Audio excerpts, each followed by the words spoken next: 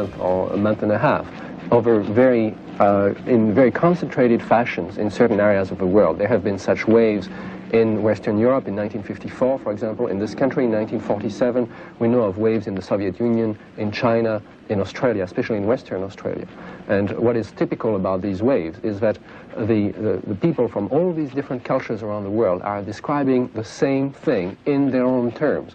What they are describing is an object that seems to be able to maneuver, it seems to be a technology, it seems to come to the ground and leave traces. And there have been rings especially that have been found, burned circles that have been found very commonly in Australia that are absolutely identical to things that have been catalogued in this country, in France. There is now a catalogue of such traces that encompasses more than 1,000 sightings.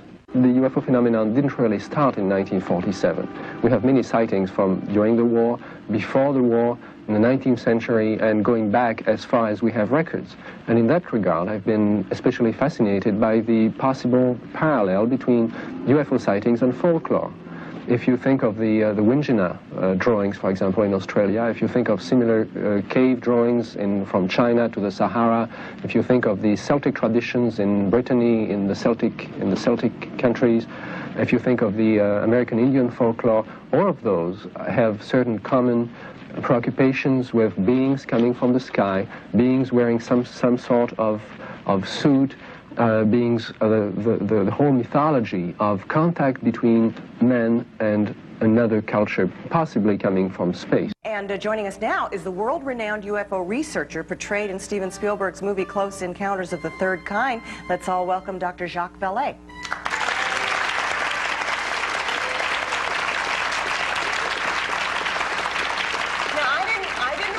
Until just sitting here talking to you, that you didn't do this for a living, track UFOs. You?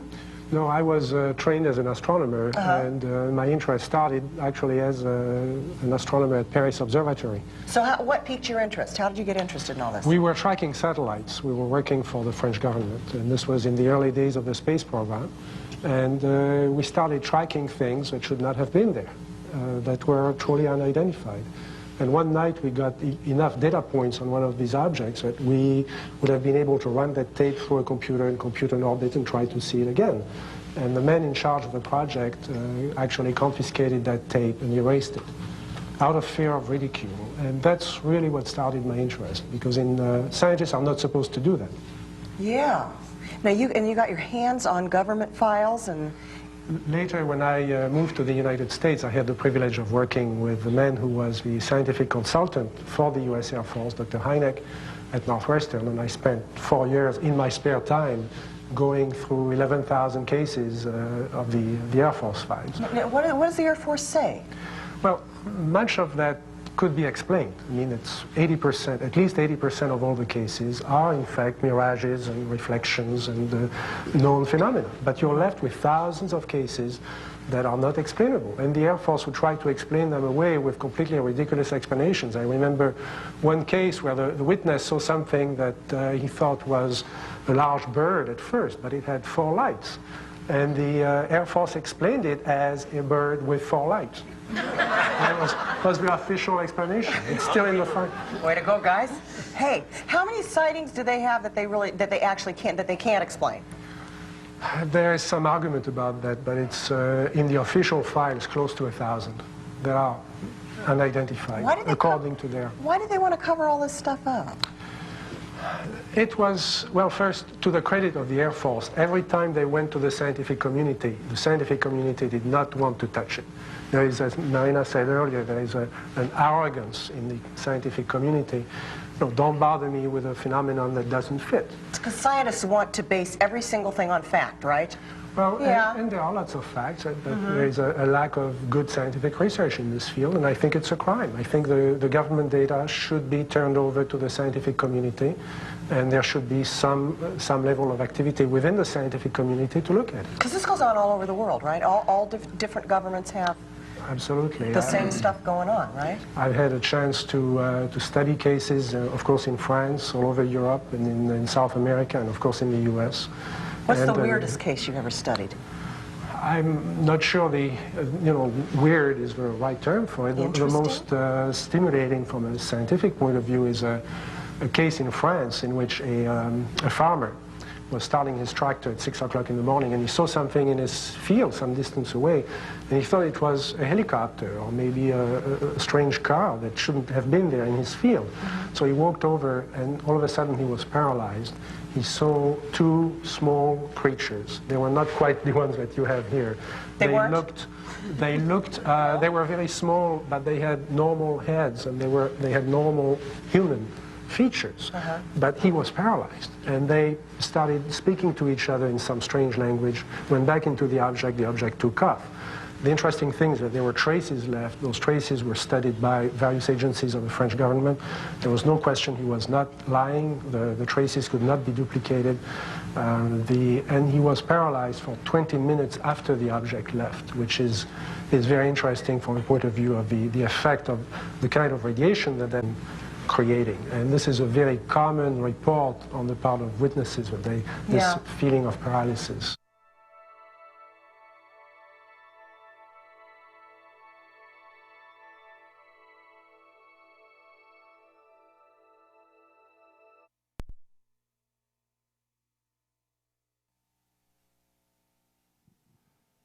Okay, my life is complete. I just saw Vicki Lawrence and Jacques Vallee talk about UFOs. How cool was that? How cool was that? I'm your host, Jimmy Church. Welcome to everybody to the 2021 StarWorks USA Conference here in Laughlin, Nevada. UFOs, all the above and beyond. We are kicking off an amazing day here. That right there not only brought back memories, but to see Jacques on the stage. I'm going to keep this introduction very, very short, because if I went through Jacques' career of the last 50 years, it would take me a half an hour. I'm not going to do that. But I will say this, a couple of things. Jacques has become a friend of mine, and we have done a lot of great shows, including what we did a couple of weeks ago. But beyond that, my last show on Coast to Coast AM was with Jacques Vallee. And I look back at my life and I think about, you know, all the years on Coast, it was all amazing. But I was able to, and I'm able to say now, that my last show was with Jacques Vallee. I'm good. I'm good. I'm good. And so it's this. His importance to this community for the last 40 and 50 years, it simply cannot be measured. We all know this. And I'm not sure if he is aware that when he speaks and his words, just like we just saw on the screen, we listen to them. When he speaks, we take note. We know that Jacques knows things, and he is willing to share with us that knowledge. And that is incredible to me. It is incredible that he represents this community. Before I bring him out on this stage, I want everybody to applaud, get loud, and say thank you to Jacques Vallee right now. Let's go. And I really mean that. I really mean that. Okay. Oh, see, I said, Jacques, when I say your name, come out. He just pops up. Jacques, shake my hand, my friend. Thank you so much. Thank you. Jacques' presentation a couple of weeks ago, he was on Fade to Black, and can I tell him a little story about you real quick? In 15 seconds. The night before the show, Jacques and I are talking for about a week, but the night before the show, he goes, Jimmy, 1 hour. That's it. I just 1 hour will get it done. I'm thinking, I haven't done an hour show in my life. Okay, Jacques, whatever. Okay, we're good. 1 hour. And so the next day, I'm in the studio, we're doing the show, and I have an atomic clock, a studio clock in front of me. Gives me the commercials, right? And it's staring at me in the face. 1 hour is clicking by. And Jacques is just like, so Jimmy, blah, blah, blah, blah, blah, blah. I'm like, we're going to blow past this 60 minutes. I can't stop Jacques Vallee, can I? And we ended up doing not 90 minutes, not 2 hours. We went on for 2 hours and 15 minutes, and I felt like the next day he was going to call me up and go, "Don't do that to me again." Instead, he said, "Thank you. It was a wonderful conversation." So for me, Jacques, thank you so much, my friend. Jacques is giving his 50 years. Right now, he's going to talk about what the future is. Let's listen to Mr. Jacques Vallee. Jacques, take it away, my friend. Thank you. Yep. Thank you very much. And I didn't know they were going to roll those tapes from a long time ago. So thank you, Paola, for reminding me of the follies of my youth, at the time when my hair was a different color. But the problem was the same then, that it is now. What has changed is that, yes, a page has been turned over the last few days in Washington with representatives of science and the director of NASA and the head of national intelligence, who happens also to be director of the CIA, and said that there were things that just were not understood. Now, to me, that's a revolution. I remember when the Condon report came out, the report from the University of Colorado, that said after 2 years of study and $1.5 million spent researching, quote, UFOs, they decided there was nothing there of interest to science. This was in 1968. I remember it very well because we, at that time, I left the United States fairly, disappointed, disgusted would be another word, for the state of science. The New York Times had endorsed the statement by the Condon Committee, and the Academy of Sciences had done the same thing. There were no UFOs. I mean, everybody goes home, and that's the end of that. Okay? So it's very refreshing. I had an offer to go back to France and do research on computing. I just done my PhD on artificial intelligence in 1967. And we will be talking about artificial intelligence because now it's coming back in the news in connection with the study of UFOs, because the files have expanded. Now that we know that there is a problem, we don't have a firm conclusion, and it's going to be very complex to get a number of different disciplines involved to study the databases. It's not even databases now.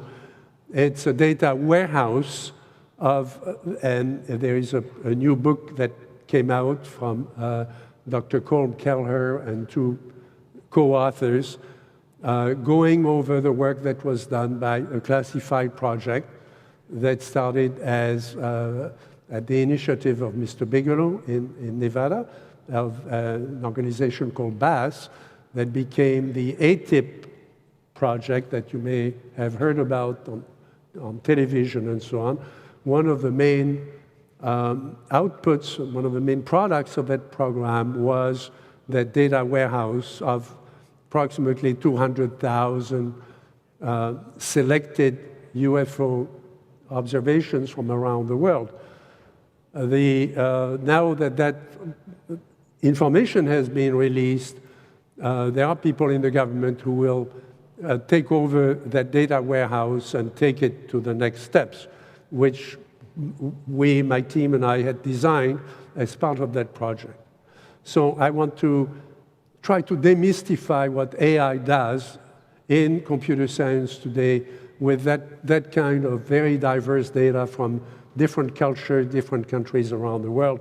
That is the edge of the research today. So this is where we need to go.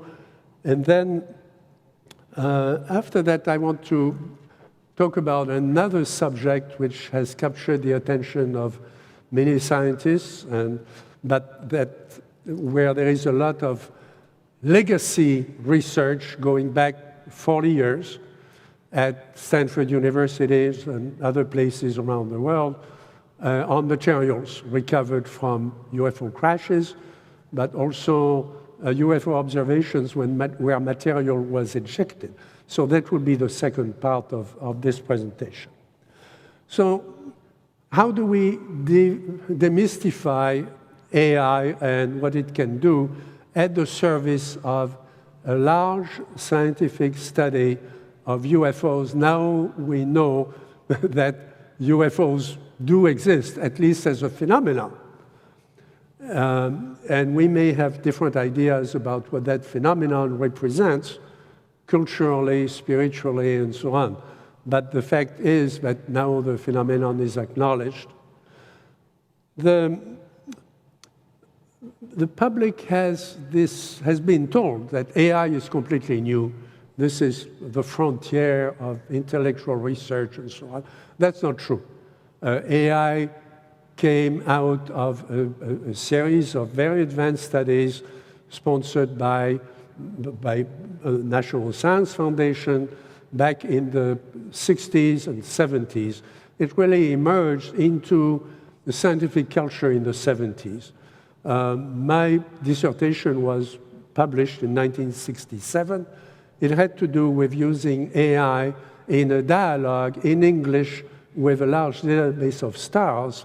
I was working with Dr. Hynek, and I was working with the computer science department at Northwestern University.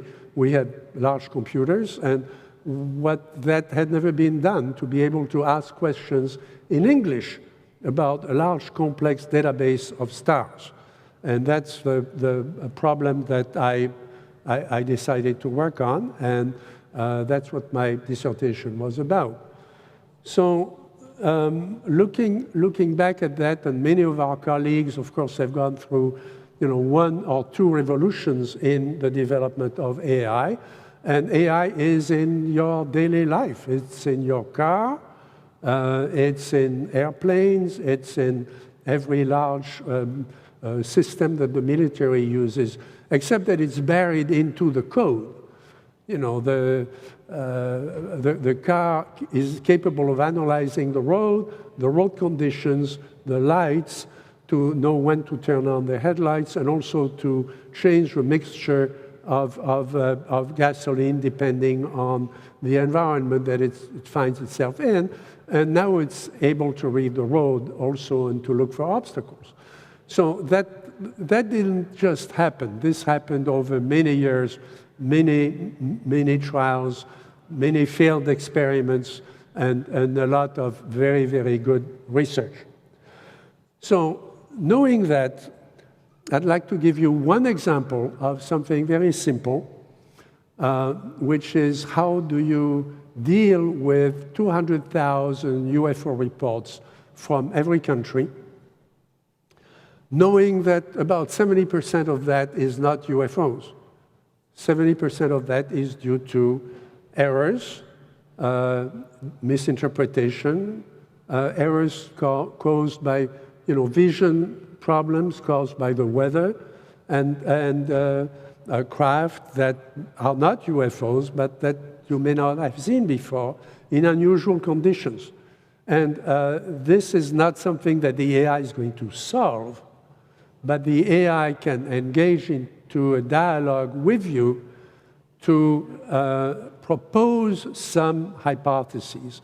And the point of my program was in 1985, when I presented it before the American Institute of Aeronautics and Astronautics, the point of that piece of software was to help guide you through the different hypotheses that you should consider, that a human being or an analyst may not think of, but things that we know have happened before. So we include them into the rules of the analysis of what the witnesses are reporting to you. And the system will always remember that, even though a human being probably would not. And I could give you, I don't have time to give you examples of actual cases that we solved. Well, let me give you one. This was, and I was working with Dr. Hynek at the time, a report, extraordinary report comes in to Project Blue Book. 200 people throughout the Midwest have reported approximately the same thing, a series of observations of an object that was rushing towards them and then going away. It rushed towards them again, and then it went away, and it went away forever. One report was very detailed. A man with his family was driving on a road in Michigan, a road going north. He knew exactly where the road was pointing. He had noted all of that. He sees this object at the top of the road rushing towards him. He actually stops the car, puts the car in reverse, and tries to run away from this light, this big globe of light coming towards him. This is a close encounter. There were a number of these reports throughout the Midwest. The Air Force had learned some astronomy from Dr. Hynek. They look at the star charts, and Capella, the star Capella, is about in that position. Capella can come very close to the horizon in its course around the sky, and seen through fog, it can do some funny things. So they explain it as Capella. And I'm going through the Blue Book files at that time. I went through all the files, and I pick it up and I bring it to Dr. Hynek, and I say, look, we can't let them get away with this, because this obviously wasn't Capella, seen simultaneously by 200 people all over the American Midwest, I mean, deciding that they are going to have some sort of hallucination about Capella. So he says, you're right, let's look at what it is. We put ads in newspapers in Wisconsin, Michigan, Illinois, all that part of the Midwest, and we got lots of other reports. And then from those other reports, some of them pointed to different angles, depending on what it is. They converged on a place in Canada where there was a Canadian military base. So we called them up and we said, what were you doing on that particular evening? And they said, oh, we had a barium cloud experiment. And we said, what's a barium cloud experiment? They said, well, we launched a rocket to the top of the atmosphere. We blew up a cloud of barium that would be visible over a wide area. And then we did it again. I mean, we did it twice, which was exactly what witnesses in 200 places around the Midwest had described to the Air Force, okay? Now, this has never happened again. What people described was exactly what you would have seen if you had been in those conditions. That's one of the rules in the database. There are over 200 rules like that. Some of them are obvious, as I'll show you, and some of them are not. So let me try to master this technology. The Air Force in those days, and people still today, when you report something, they send you a questionnaire. The questionnaire is the worst possible way. First, it's very boring. You have to spend an hour filling out this stuff. They address what you already know, not an unknown reality. They are full of contradictions, like they'll ask you, if you see a shadow, well, if it's midday, you're not going to, or if it's night, you're not going to see shadows, and so on. They create errors because they are deceptive in their questions. They ask you, how many degrees did it move in the, well, how do you know how many degrees? I mean, you're not measuring the sky every day in your life. They fail to capture impressions.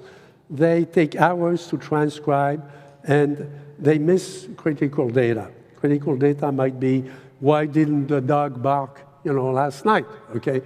And so artificial intelligence can do a better job because it's not going to ask you the questions that don't matter. It already knows that it was at night, okay? So, we know that there is a lot of false data in the database. We know that at least 80% of the cases can be explained. The problem is, how do we classify them, and can we always detect them? So a very simple kind of AI is called expert systems. Those are systems that capture, in industry, for example, all the rules about a particular problem so that workers can work with that program to make sure that they don't forget something in the testing or in the maintenance or in the analysis of the machine and so on.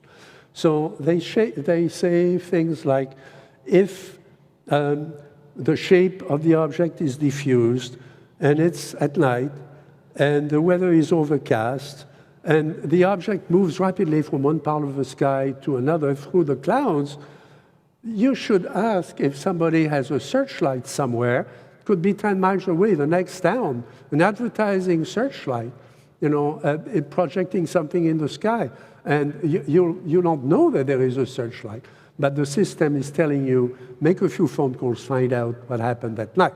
Okay, there are many of the cases that are in the Air Force files. I mean, not many, but a significant number of them come from exactly that kind of experience. The witnesses are honest.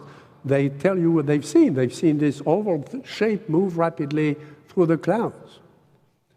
They'll never think of calling the movie theater that's doing advertising 10 miles away.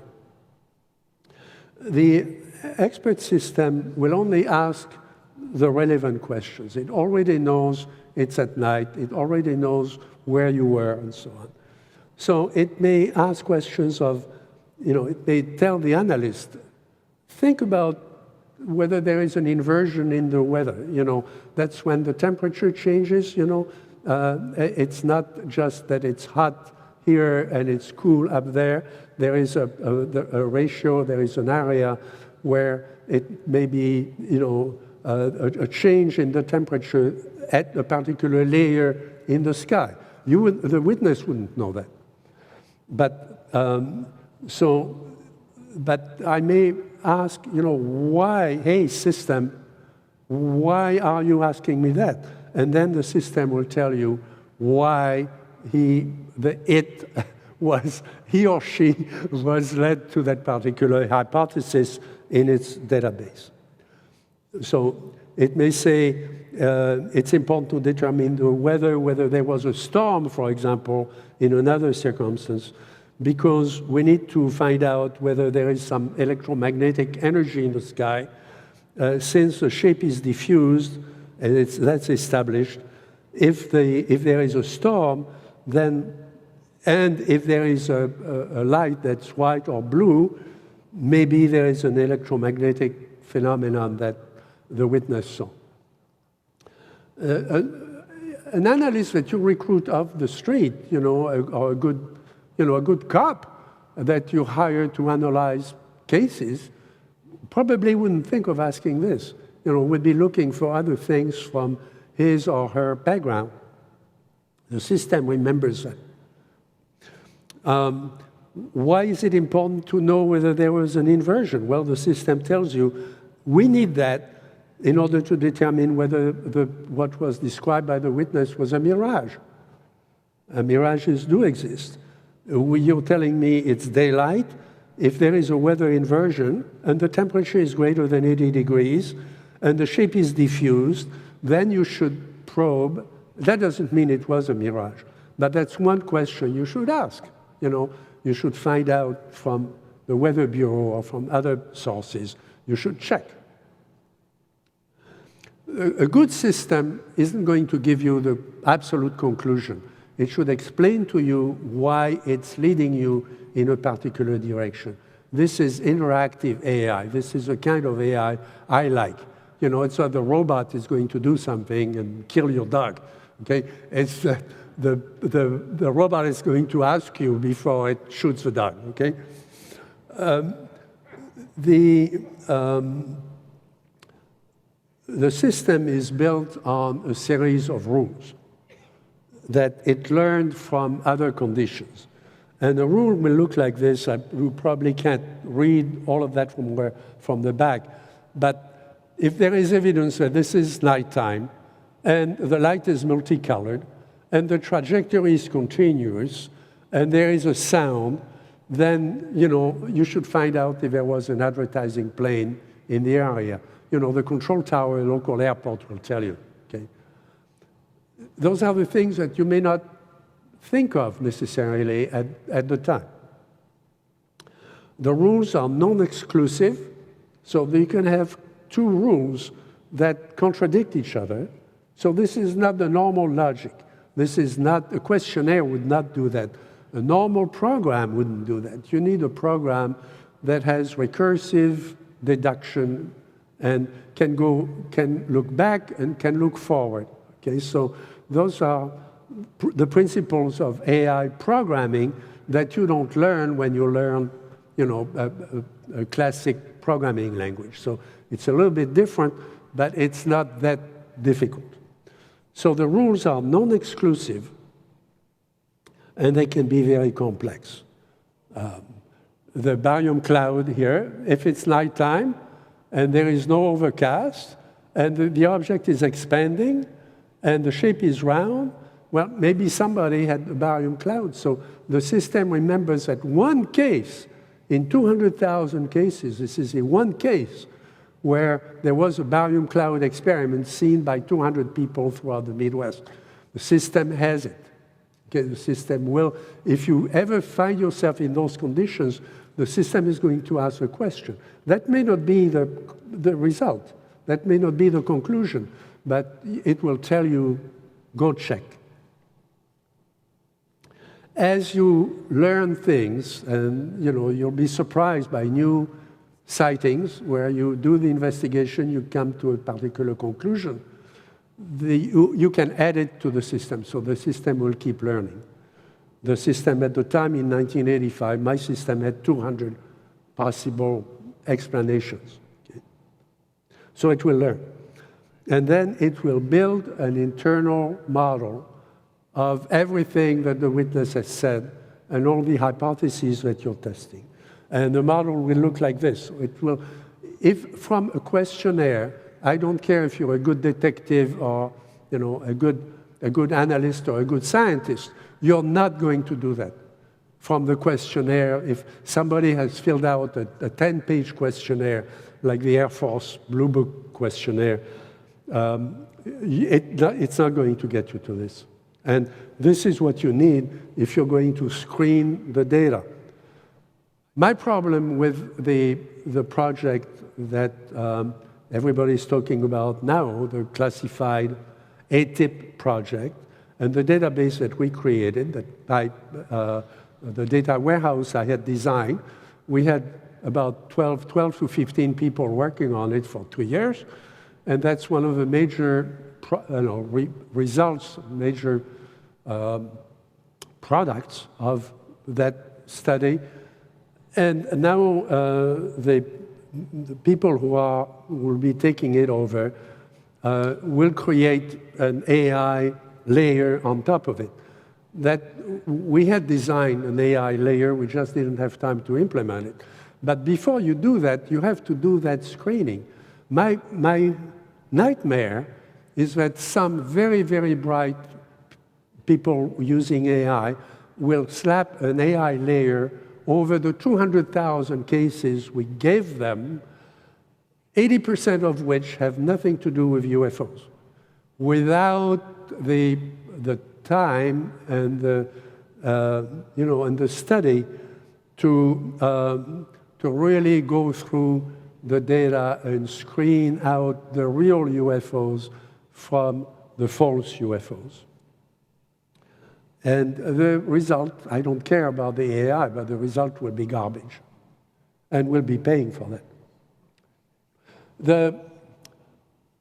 The system will also suggest some conclusions. Here is one that was the end result of a conversation with my AI back then. We've rejected Mirage. We've looked at rocket launch. We've rejected it. It's not an aircraft. It's not a meteor. We've rejected orbiting satellite. We've rejected Aurora Borealis. We've rejected that there was a bright star or a planet. We've rejected that it was a balloon reflecting the sun. We've looked into where the moon was. We've rejected the moon. We've looked at whether it could be a lenticular cloud, like those beautiful pictures you see over Mount Shasta. And we've rejected that. It's not a barium cloud. It's not swamp gas. It could have been a swamp gas, but we looked at it. We rejected it. It's not atmospheric. It's not man-made. We've looked at all the man-made things we knew about. It's not astronomical. It's not a space object like a meteor or bolide. So we've confirmed that it's a possible UFO, okay? We've rejected that it was a re-entry of a satellite, okay? So this is a final conclusion of the system. The system will say, well, you know, I'm at the end of what I could do for you. It could be a UFO, you know? So it's your turn, human, you know, to work on it.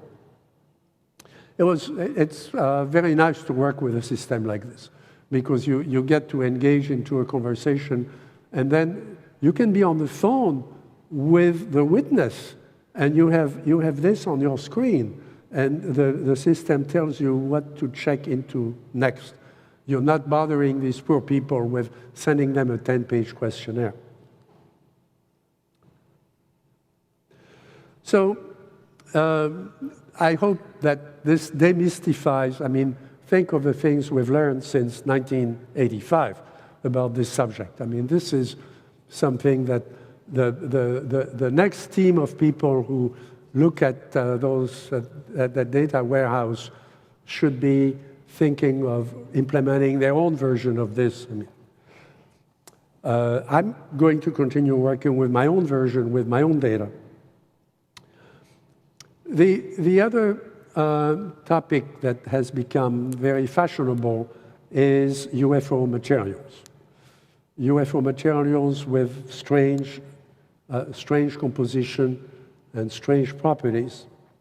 So we've been looking at this for a long time.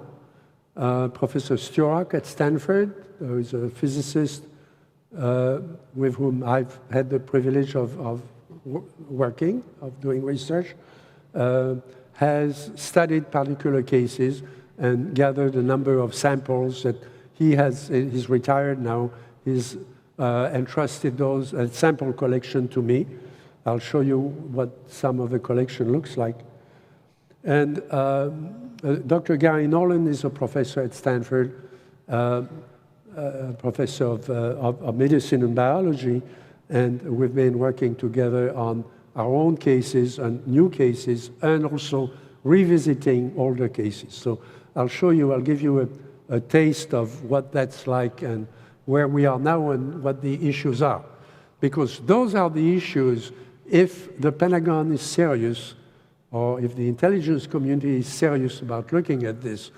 This is one of the areas that they should be looking at. But they should be looking at it from the point of view of, you know, the experience that has been accumulated already. We know that they have their own materials that other people don't have access to, including us. But the problem is the same.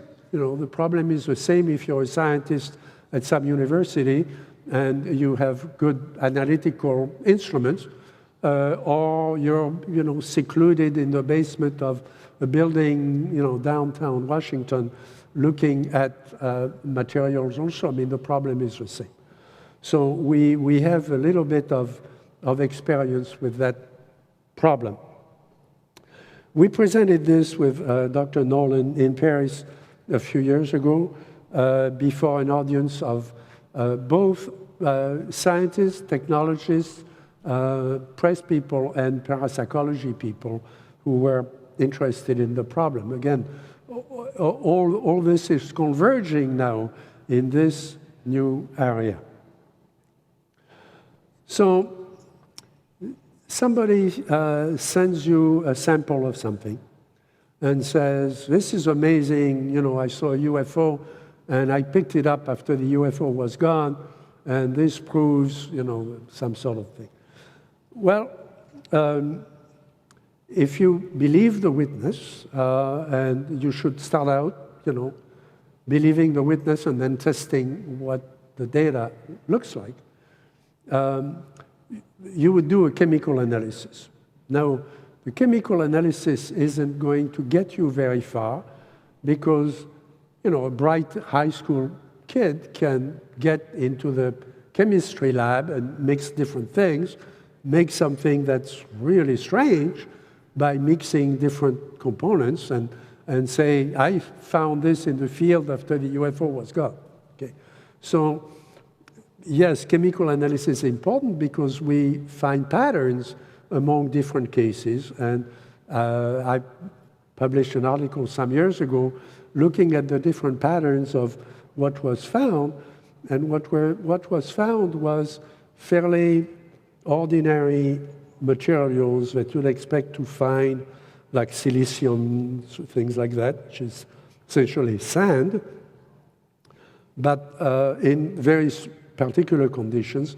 And then things that are more exotic, like magnesium, pure magnesium, very, very pure magnesium, in areas where you don't expect somebody to come up with very, very pure magnesium. So the only way to know whether this was really unusual in terms of learning something about, for example, the propulsion system of a craft is to look at the isotopes. And then you get into thousands of dollars, complex machines that are used 24 hours a day by people doing research. So you have to justify access to those machines. So there are three categories of materials that people report in connection with UFOs. There are metallic samples from usually molten masses that are ejected by UFOs. The UFO comes in, it seems to be very unstable. Several other objects come in, seem to stabilize it. It ejects material in a fused state that falls on the ground and witnesses pick it up. There are a number of cases like that. And these are usually most of the materials I'm going to talk about came through that kind of observation with multiple witnesses. So the second category is implants that people describe coming out of their body sometimes after an observation or after an abduction. And those have been recovered. There are different collections of them. There was a project funded and organized by Mr. Bigelow, was one of the outstanding pieces of research ever done on UFOs, where we had a number of physicists and biologists, and a number of those, and Dr. Lear, for example, made a presentation to us and so on. He had recovered a number of either filaments or little grains of things or little devices from people who had consulted him. And those were studied at Los Alamos and at other labs to which the project had access. But this is not something I would know about. I mean, I don't know what happens inside the human body when a foreign object is inserted, how it gets encapsulated by biological material, how it moves around. I've spoken to people who had that experience, so I'm still learning, but you should not hire me as an expert on this. Okay? So I'm not going to talk about those, but it's a real problem. It's a real issue. And then there are large structural pieces that have been retrieved. We know, I mean, come on.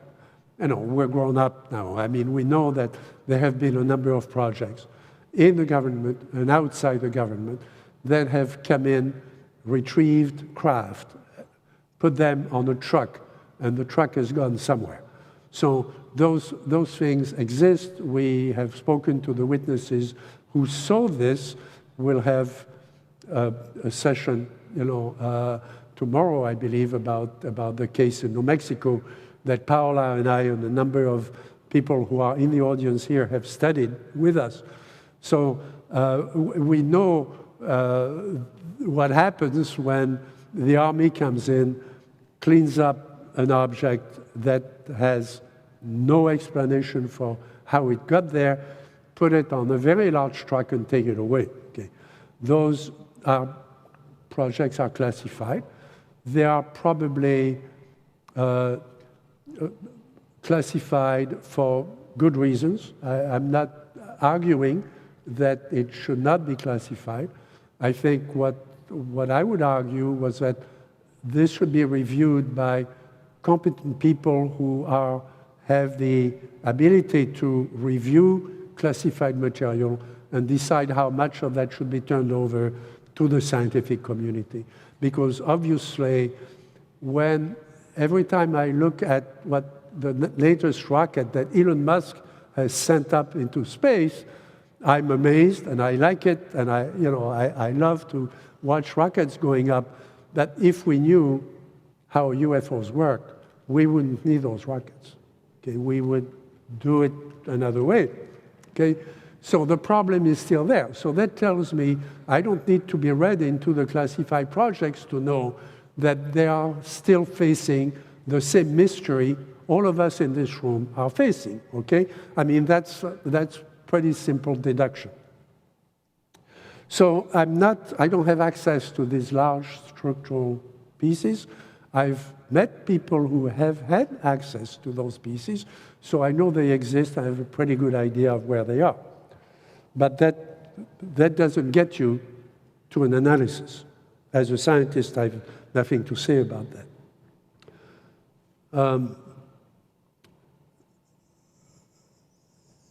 So I want to talk about private studies that have been done quietly by scientists, usually with no budget. But it's amazing how much, when your colleagues trust you, how much extra work you can get on weekends, when the machine is available and you know how to run it, and you can convince the technical guys to come along because it's interesting. I mean, let's face it, it's the most interesting thing you're going to do in science, okay? And so people are curious. I mean, if you're not curious, you shouldn't have a scientific degree. So it's amazing how much work you can get done this way, and people will help you. So this is part of my personal collection that I'm still screening. Some of these we're pretty sure come from a real UFO case. Some of them could be, witnesses in good faith, and they've seen a UFO, the thing goes away, they go to the area where it was, and they find a stone that looks interesting, and they bring it to me. Well, I'm interested, but that doesn't mean that this came from that object. There are interesting stones everywhere, and so I don't want to be fooled by that, which would be bad. But what would be worse is me bringing it to an expert and wasting the expert's time, okay, or the machine time. So I don't want to do that. So I'm going to be screening that usually by going back to the site, hopefully with the witness, and reconstructing exactly what happened, and so that I can testify that I was there and I found what was there. And I could look at maybe other stones that looked like the one that they brought me, okay? I mean, though, that's good, just, what a good cop would do. But, it's getting to be a pretty extensive collection, and part of that is now in labs, both in the US, in France, and other places where we have friends who can help us look at it and maybe think of things we haven't thought about. This should be done on an international level. I mean, because this is not, it's like the weather. You can't study it just by staying in Kansas, okay? You have to go out and talk to other people and then look at general patterns. We know these are happening all over the world. So we're going to look at isotopes, and I see you sort of thinking, is he going to give us a 2-hour physics course? I'm not going to do that. I think that isotopes are simply different forms of the same chemical element. There are atoms with the same number of protons in the nucleus, but different numbers of neutrons going around in the nucleus. And there are 275 isotopes known of the 81 stable elements. And then there are also radioactive isotopes, some of which are natural and some of which we make.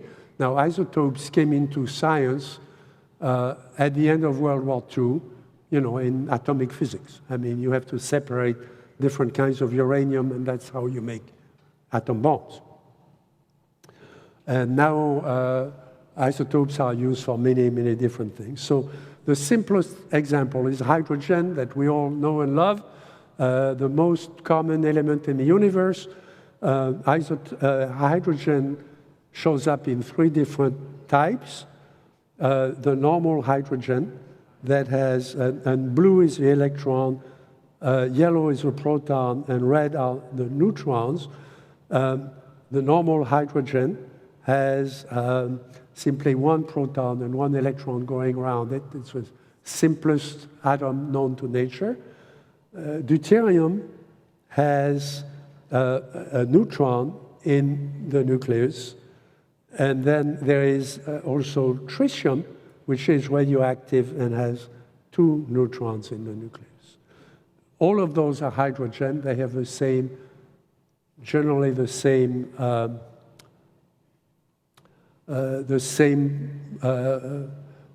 physical properties, but there are certain predictable boundaries to the ratios that you're going to find. And the change in the ratio might indicate that the material was manufactured, that somebody introduced a change in that particular atom. And isotope separation wasn't possible before 1948. So if we find a case of material connected to a UFO case before 1948, then that would be very interesting because it could not have been done with modern methods. So there are many, many cases now of known cases of ejected material that has been retrieved. These are the best known in the literature. Unfortunately, for many of them, we don't have any sample to take in the lab. Some of them we do, and those are the samples we've started to work with. There was a case in Aurora, in Texas, in 1897 that has been looked at by scientists, including people in the aerospace community, but we don't have, they found samples with 83% aluminum, 16% zinc, with other components. We don't have it, so I can't say anything about it. In 1947, which was a good year for UFOs, as you know, Roswell, Kenneth Arnold, and all that. But before Kenneth Arnold, there was a sighting on Maury Island that many people, including people in the UFO experts, dismiss as a hoax. I'm not so sure. I've changed my mind about that. And again, we don't have any sample, but there are samples around. So if you know somebody who has one, please, let them get in touch with me.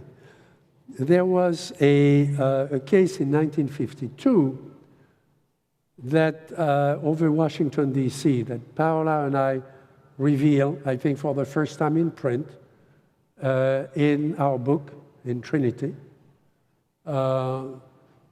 And in 1952, there was a wave of observations of objects in the sky, detected on radar, over Washington, over forbidden areas of Washington, over the Pentagon, over the White House. The Air Force, Project Blue Book, and the Air Force was very alarmed about this. They sent up jets, interceptors, that flew over Washington trying to find out what these objects were. and possibly interact with them. The story is, there are two stories. There is the scientific story from the director of Harvard Observatory, who was not the current director who has started a program to look at UFOs, Vallée. This was Dr. Menzel, Dr. Donald Menzel, who said that there was a temperature inversion. Again, we get back to the rules here. That was true. There was a temperature inversion over Washington, so all those things were mirages. And what the jets were chasing were mirages, which was news to the pilots, but it was also news to the radar people. But radar can, in fact, be fooled by temperature inversions. So when you're a physicist, you know that. And that was the first explanation they could give to the press, and the press generally believed it. The story is that there were no visual observations of the objects, which is a lie, because a member of the radar team, in fact, one of the commanders of the radar team, couldn't believe what his people were looking at on their screens, so he went outside and he saw the object visually. He saw the object being chased by the jets, over the Pentagon. So that was, but those are the things that, the newspapers didn't print.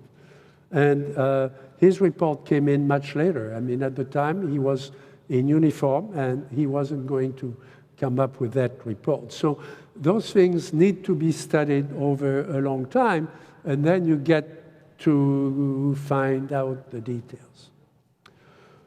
I had the privilege of testifying before Congress over something entirely different, which was the implementation of large networks like the internet in response to nuclear problems, nuclear emergencies, not military, but civilian nuclear emergencies, like 3 Mile Island. We ran, my team, my company, ran a project where we linked together all the nuclear plants around the world, civilian plants,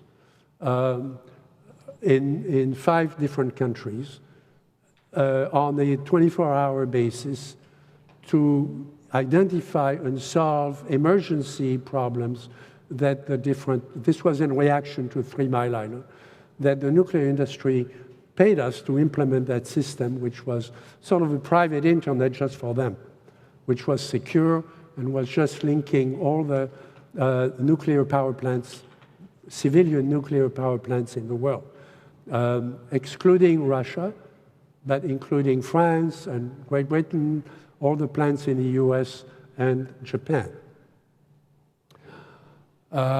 Which, when I think about it, that project was terminated. We turned it over to the nuclear industry. And when I think back about it, and I think of the emergencies in Japan, with the nuclear crisis there, I wish we had continued to do that, to manage that work. Anyway, I was asked to testify before Congress on the use of computer networks like the internet for emergency management in industry and in civilian life. At those briefings of Congress, I met a man named Art Lundahl.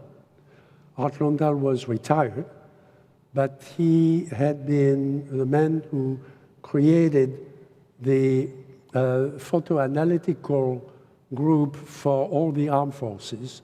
He's the one who told the president about the missiles in Cuba that he had detected from photographic analysis. He's also the man who was sent by this country to brief General de Gaulle about the U-2 crashing in Russia just because Khrushchev was coming to Paris. The United States knew that Khrushchev was going to blame the US for spying on the Soviet Union and was going to try to recruit de Gaulle to complain about what the US was doing with the U-2s because he had crashed U-2 in Moscow. And you remember Gary Powers and that whole crisis. Art Londal was a man who was sent to Paris to brief General de Gaulle about the U-2s and what they did, and the fact that the U-2s were flying over France to look at the design of French nuclear plants that de Gaulle knew already, because the French Air Force wasn't stupid, and they knew they didn't identify the aircraft. They knew there was an aircraft flying over Marcoule, for example, in the Rhode Valley.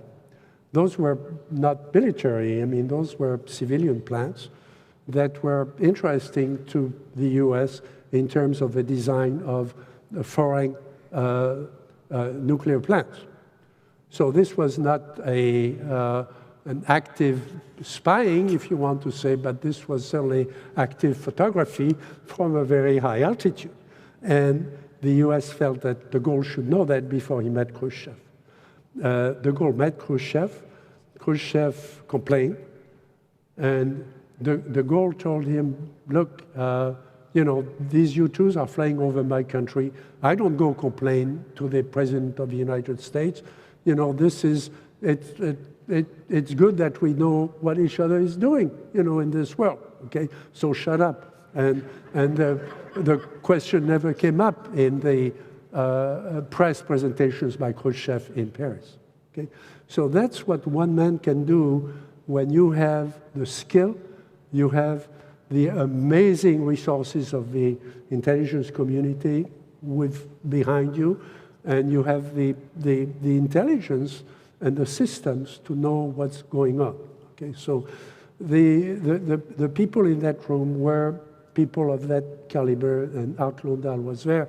It's really one of the great experiences of my life to have been able to meet him. He was retired, invited me to his home, and he told me a story. He told me, you remember in 1952, you mentioned it in one of your books. He read books on UFOs. He had a nice collection of books on UFOs, because of course those would land on his desk, those photographs. And he said, what you don't know is that in 1952, yes, there were UFOs over Washington. And one of the Navy fighters got permission to shoot and shot an object which broke up.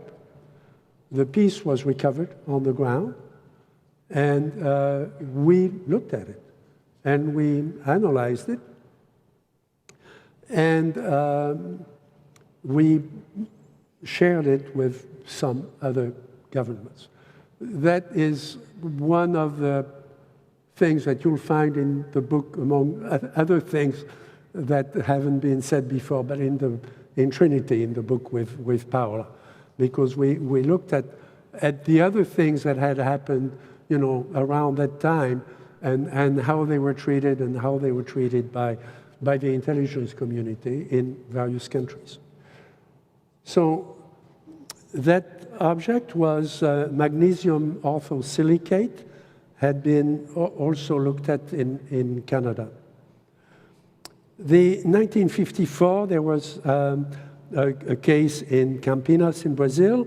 There was a case in Sweden in 1956. There was a case in Ubatuba for which we have samples that I'll show you of pure magnesium, very, very, very pure magnesium that had no reason to be in that little town in Brazil, on the coast of Brazil.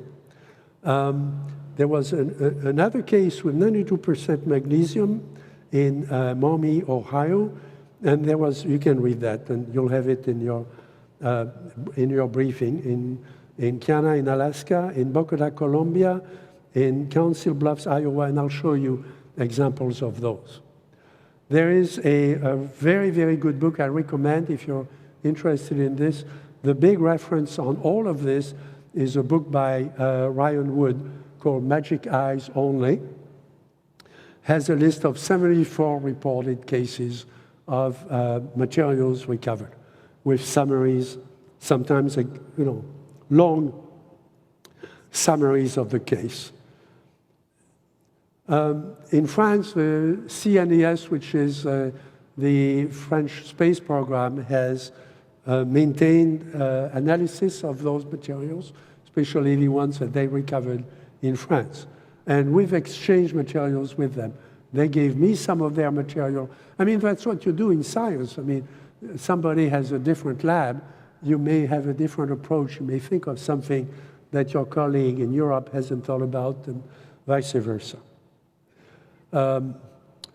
Some samples have been confiscated, and some samples have been stolen. So we take pretty good care of the material we have.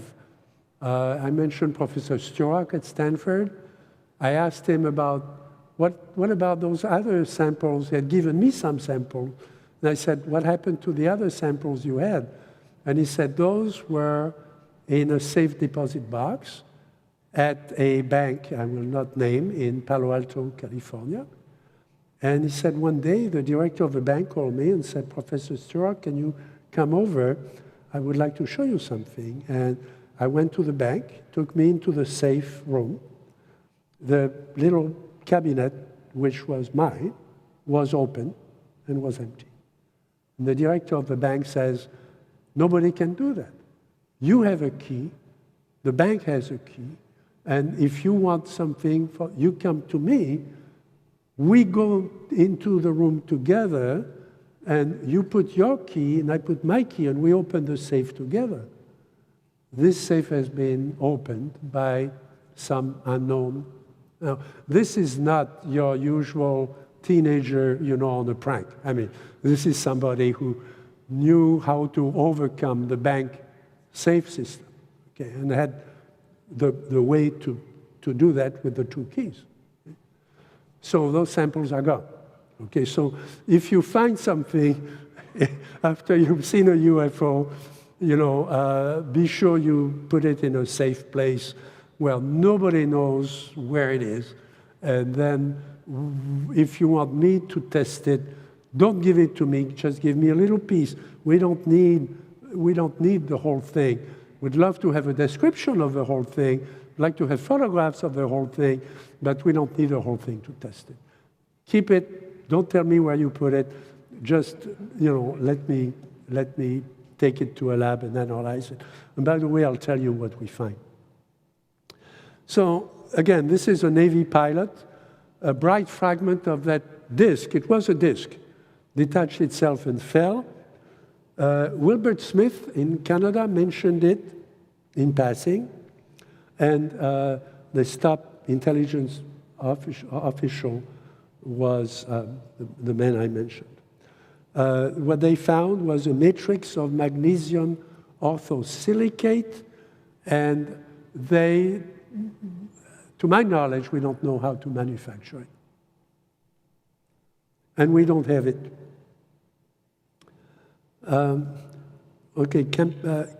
Campinas in Brazil, many local people, and this is a case that makes me think of the case before Kenneth Arnold, that everybody says was a hoax. Well, this case has the same thing. 3 disks flew over. One started wobbling as if it was in trouble with the altitude, and control. Ejected a stream of liquid, of silvery liquid. The Brazilian government picked it up.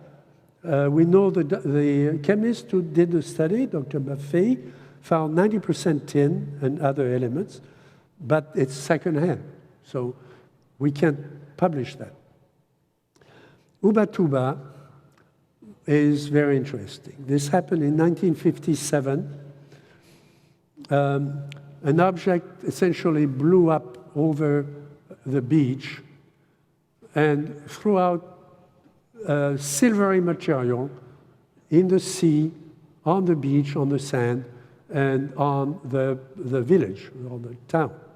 It fell on clothes that were drying on the line, it fell on roofs, and it fell on the ground. People picked it up.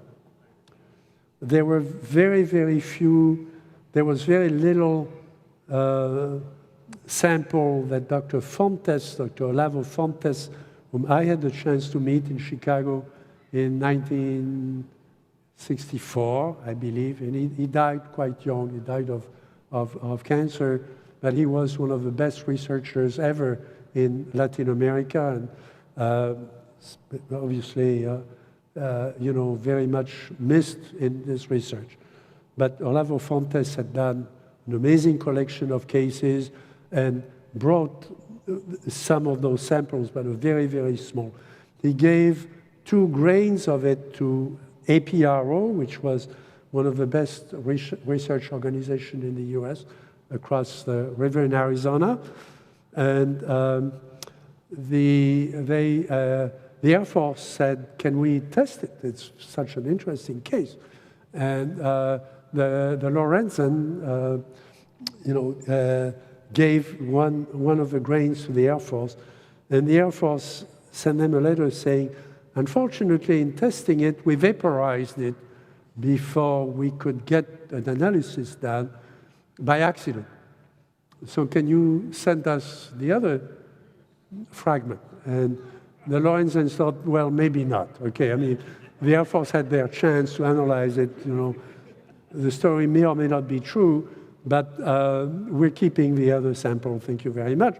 So that other sample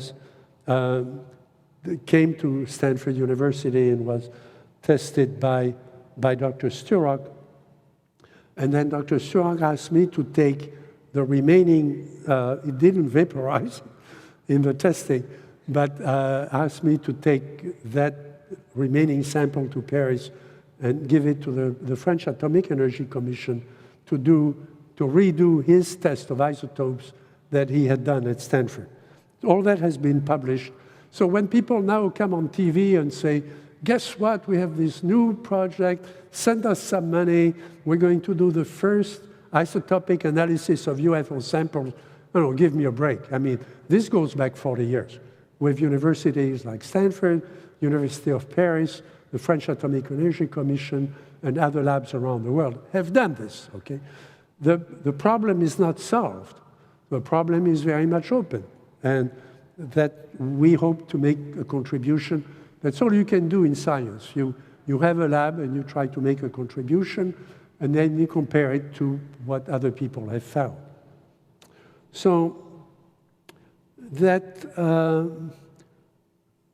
object was essentially magnesium, pure magnesium, over 99.8% pure, which is more pure than the Dow standard of magnesium.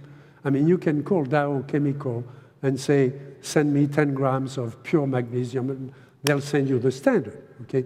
If you're in industry, you need to compare it to something you're producing in your metal shop.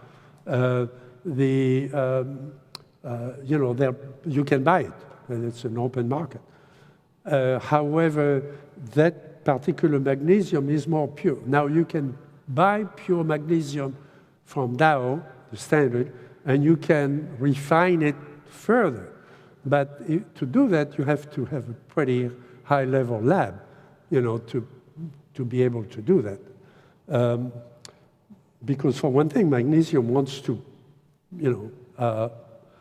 ignite in contact with oxygen. So there are trace materials that we know, calcium and silicium, magnesium, aluminum, and so on, that are commonly found with magnesium, but we don't understand what it was doing there. So since then, except that we didn't have any more, much of a sample, Professor Sturrock has entrusted me with his other samples from Ubatuba and others. SU here means Stanford University, and I'm keeping them as part of my collection and sharing it with colleagues, and we're going to continue to do that. But those are very, very small samples. Well, I was in Argentina for a very interesting case that we were studying, and they told me there was a museum, a UFO museum in Argentina, in the state of Entre Rios, in a town called Victoria. And so I met the researchers there and the people maintaining the museum, and they said, we have 2 samples from Ubatuba that are about, not,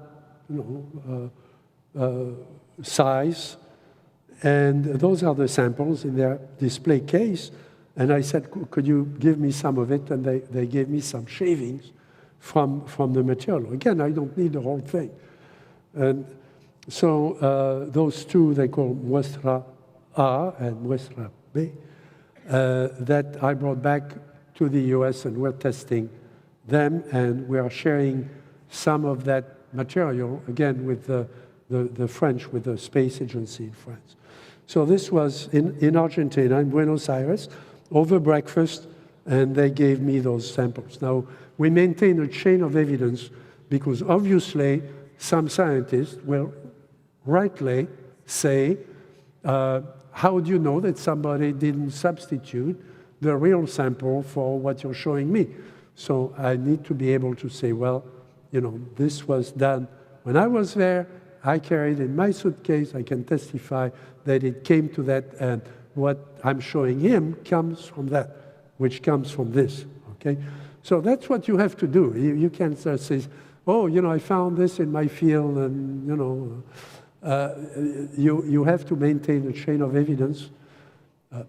There's a case in Maumee, Ohio, that was also reported by the Lorenzens, was reported to the University of Colorado. They did an analysis, they found 92% magnesium, and they dropped it. Okay, so that was the problem with the Condon study.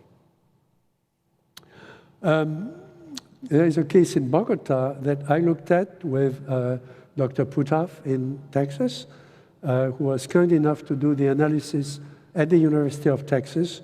The witnesses were 2 university students whom I met in Latin America. They heard a metallic sound, 4 o'clock in the morning. It was raining. They saw a disk that was about 12 feet in diameter, seemed to be oscillating as if it was unstable. 4 other disks came in around it, stabilized it, and it ejected that molten material. We now have 3 cases like that, including the case before Kenneth Arnold that everybody says was a hoax. Well, if it was a hoax, how did they know that there were going to be 2 other cases like it in the following years, So, well, maybe it was just a happy guess, but as a scientist, I have to go back and check that. Maybe you're right, it was a hoax, but I want to find out the circumstances. There's a very interesting case in Council Bluffs in Iowa, 1977. 11 witnesses in several groups, all of whom testified within half an hour, or certainly within an hour of the sighting, and they're all known.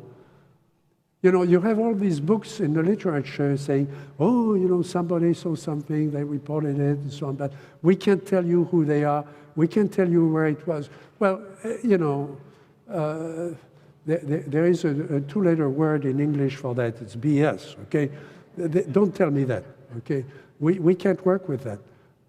We can be silent about the names, but I have to know the names and hopefully meet these people.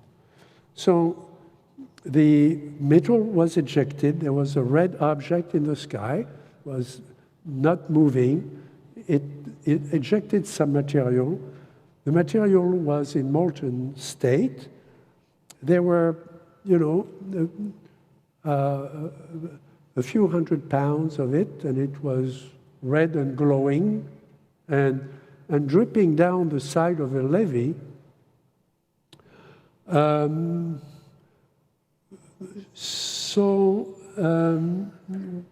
There were possible explanations, like somebody had gone to a big factory that was manufacturing steel and got them to sell them or give them, you know, over 100 pounds of molten steel, which they carefully carried to this place, you know, 30 miles away, and dumped in front of these witnesses from the sky.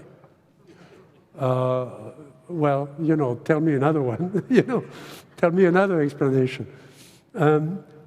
So the investigators the police was there on the spot within a few minutes.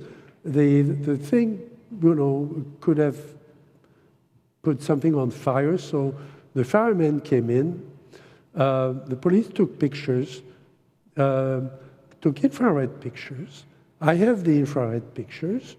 I have the reports from the witnesses. I have the reports from the analysis by two different meteorological labs, not a university lab. So we're still looking at that case now, but it's one of the object is gone, so we don't have a precise description of the object. But you can't have everything. This is what it looks like. It seems like ordinary molten steel with other components attached to it, where the chemical analysis is known. So you could say it's not very unusual, except for the way it got there. So we're still looking at that. So in the lab, we have these samples. The one, muestra A and B, are the ones from Argentina, as you can see. This is what we need. We don't need a big object. We don't need lots of it. We can work with that. And in fact, we've separated that in half, so I could take half of it to France and give it to the French study. That's what you do in science, I mean. So, muestra A is, we ran through the isotopes with a machine at Stanford on two different shards, two different bits of it. So the natural ratio is on the left for the three isotopes of magnesium, 24, 25, and 26. And as you can see, what we find is pretty much within the expected statistics. So in other words, there is no, this is ordinary magnesium. Okay. By the way, those ratios, people will say, well, you know, it differs by 1%. Well, 1% doesn't really mean anything. Meteorites that come from space, when you do the isotope analysis, they will differ from the terrestrial magnesium if there is magnesium in it. Usually there isn't, but you know, anything else that's in there will differ from our ratios, but it will differ by at most 2% or 3%. So there is some variability in the ratios, but you know, the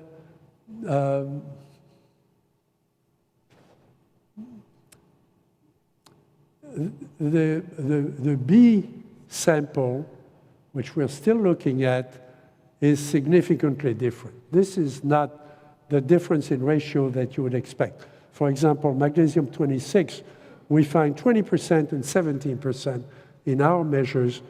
The natural state is 11.1%. So something happened to that magnesium, we don't know what. So in the presentation that I made in Paris, there was a man with white hair, seemed very distinguished, didn't tell me who he was, but obviously was a physicist. And he said, question, this is very interesting, those ratios.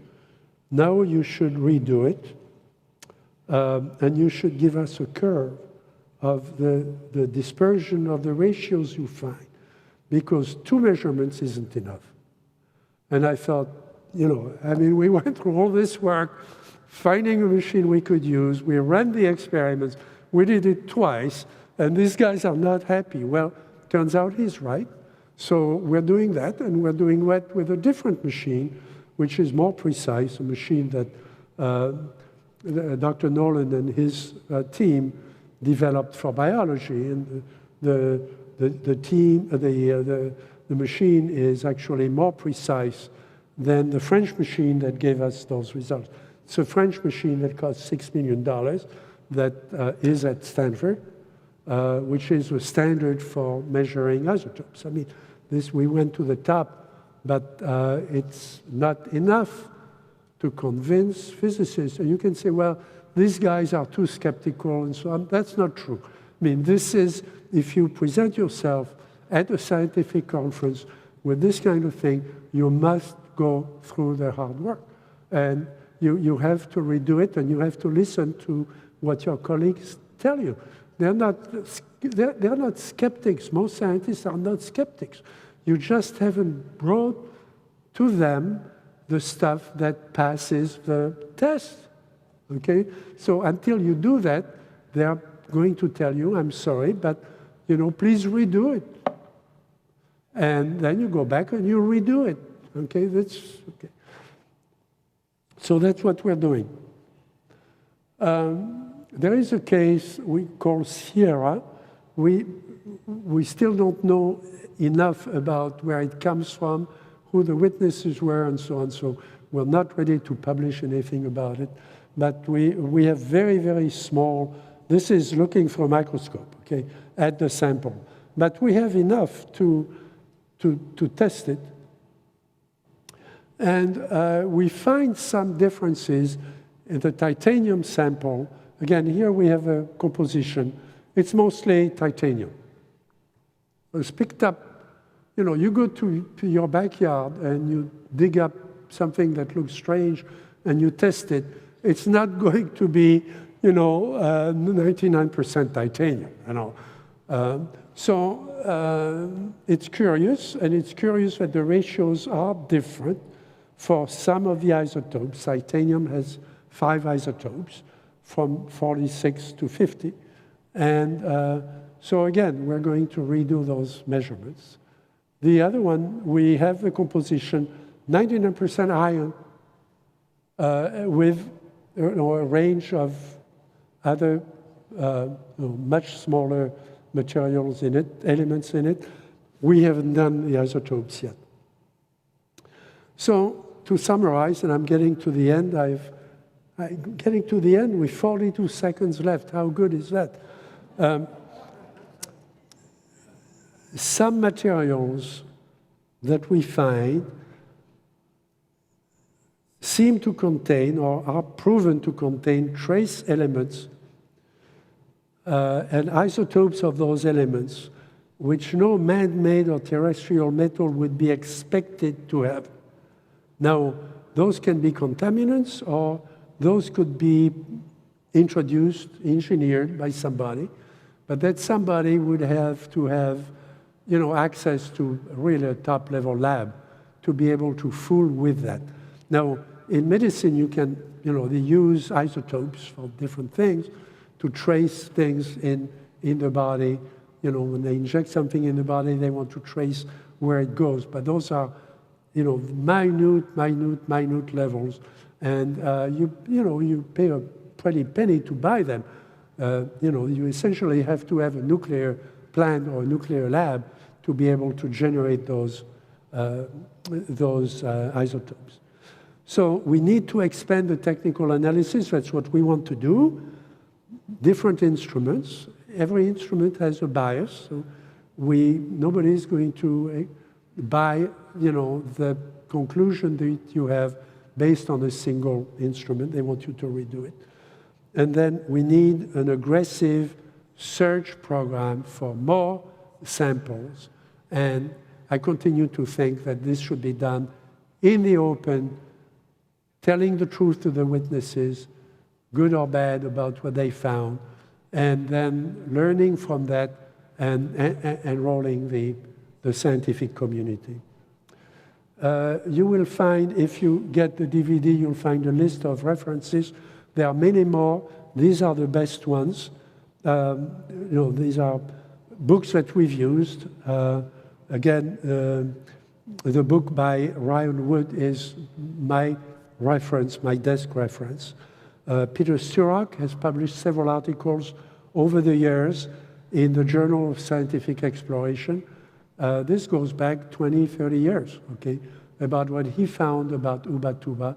And what's important right now is maybe more than the finding is the methodology of how you do it. It turns out it's not simple. There are many precautions to be taken, and we hope to publish articles on the methodology and then go into publishing articles about what we find from these samples. So thank you very much.